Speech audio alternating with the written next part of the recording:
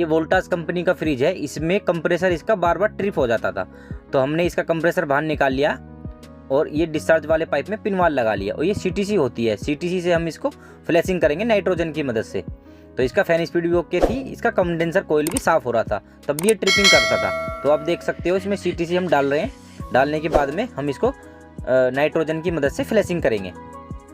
और ये इसमें धीरे धीरे जा रही है सीटीसी अंदर। और ये पीछे का कंडेंसर कोयल है, इसमें हम यहाँ ड्रायर लग रहा था, हमने ड्रायर हटा लिया है। हटाने के बाद में अब जहाँ हमने पिनवाल लगाया था वहाँ से हम नाइट्रोजन की मदद से फ्लैशिंग कर रहे हैं। ये देख सकते हो इसमें कितनी गंदगी जम रही थी, इसी गंदगी की वजह से ये कंप्रेसर बार बार ट्रिप हो रहा था। तो अब ये ट्रिप नहीं होएगा, ये फ्रिज ओके हो गया।